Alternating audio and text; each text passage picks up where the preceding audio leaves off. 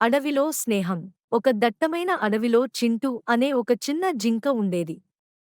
చింటూ చాలా తెలివైనది, కానీ కొంచెం పిరికిది. అడవిలో ఉండే పెద్ద పులిని చూస్తే చాలు, అది వణికిపోయేది. ఒకరోజు చింటూ అడవిలో ఆడుకుంటూ ఉండగా ఒక పెద్ద గుంటలో పడిపోయింది. అది చాలా భయపడింది. ఎంత ప్రయత్నించినా బయటకు రాలేకపోయింది. ఎవరైనా సహాయం చేయండి అని గట్టిగా అరిచింది. ఆ అరుపులు విన్న రాము అనే ఒక కోతి వెంటనే చింటూ దగ్గరకు వచ్చింది.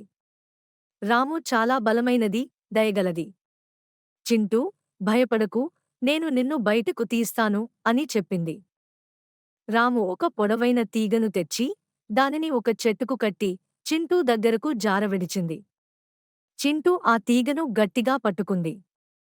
రాము తన బలం ఉపయోగించి చింటూను గుంటలో నుండి సురక్షితంగా బయటకు లాగింది.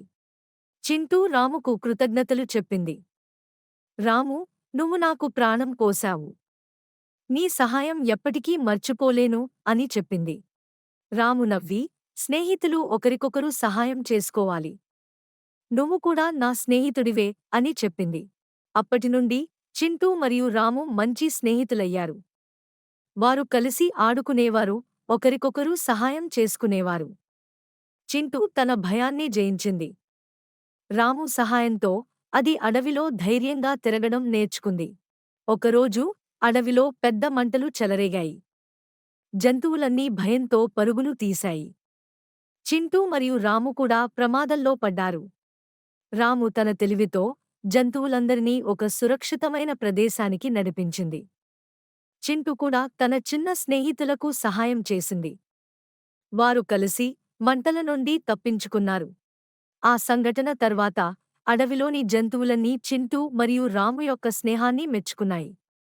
వారు ఒకరికొకరు సహాయం చేసుకోవడం, ధైర్యంగా ఉండటం నేర్చుకున్నారు. నీతి: స్నేహం చాలా విలువైనది. ఒకరికొకరు సహాయం చేసుకోవాలి.